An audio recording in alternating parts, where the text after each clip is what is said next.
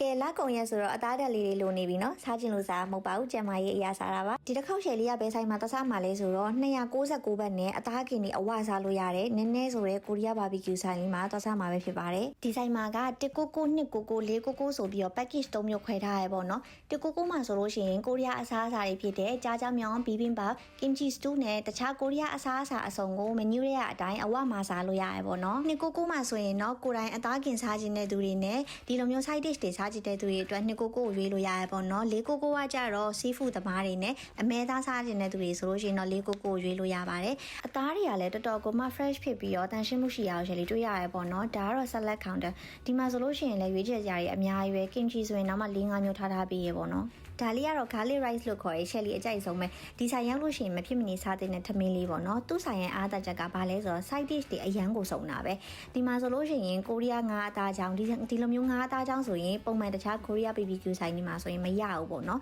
ဒီဆိုင်မှာတော့ရတယ်ဒီလိုမျိုး salad တွေပြီးတော့ကြတော့အချိုပွဲဆိုလို့ရှိရင်လည်းအချိုပွဲနဲ့ပတ်သက်ပြီးတော့3-4မျိုးသူတို့ထားပေးရပေါ့နော်ဆိုရှယ်လီကတော့အရန်ကိုမှတန်တယ်လို့ခံစားရတယ်299ဘတ်နဲ့ဒါမျိုးအကုန်စားလို့ရတယ်ပေါ့နော်ဆိုင်မှာလာစားကြည့်ချင်တယ်ဆိုရင်တော့ Google Map မှာနည်းနည်း BBQ လို့ရိုက်ရှာလိုက်ပါရှယ်လီ review လေးကိုသဘောကျရဲဆိုရင် follow လုပ်ပေးသွားအောင်နော်